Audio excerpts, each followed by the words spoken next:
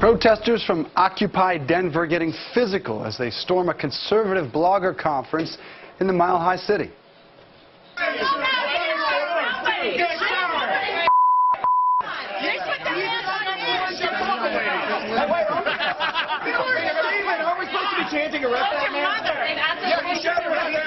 You're watching video of the first of two attempts the Occupy group made to disrupt the conference by confronting journalist Steven Crowder. Police later arrested one protester for shoving a cop. Joining us now from Denver is Fox News contributor Steven Crowder. Thanks so much for being here with us this morning. Steven, that is clearly not the image of you. There you are, Steven. Sorry for the strange graphic behind me. Good to see you, man. Look, the Occupy group has said they are not about one political party or another. So what were they doing protesting at this conservative blogger conference?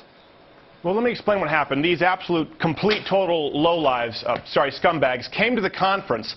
They stormed it. They tried to appropriate some radio content from Radio Row, tried to storm into the private banquet hall, got increasingly violent and hostile. There were arrests made. They were escorted from the premises, from security, and then they came back later that night, even more violent and hostile.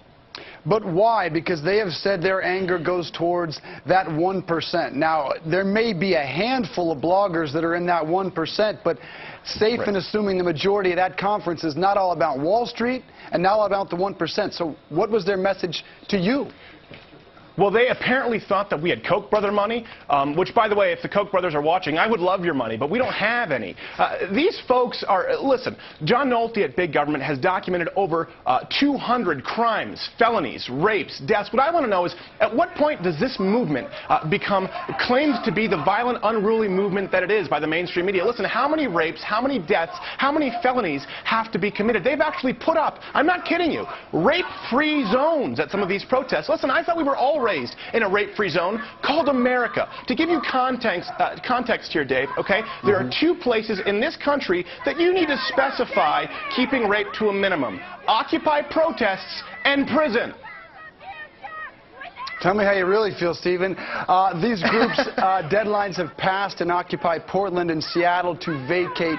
Do you sense that politicians, though they initially came out in favor of them, the president, the vice president, Nancy Pelosi, do you sense that that support is waning at all?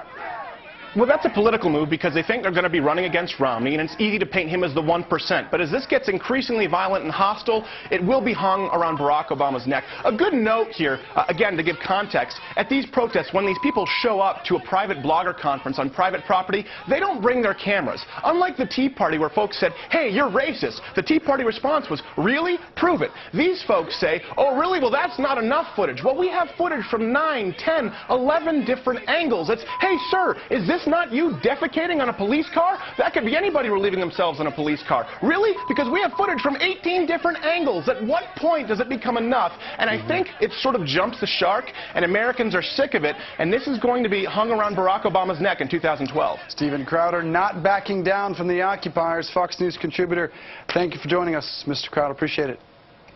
Thank you for having me. Stay safe. All right, more Fox and Friends in 2 minutes. We'll be right back.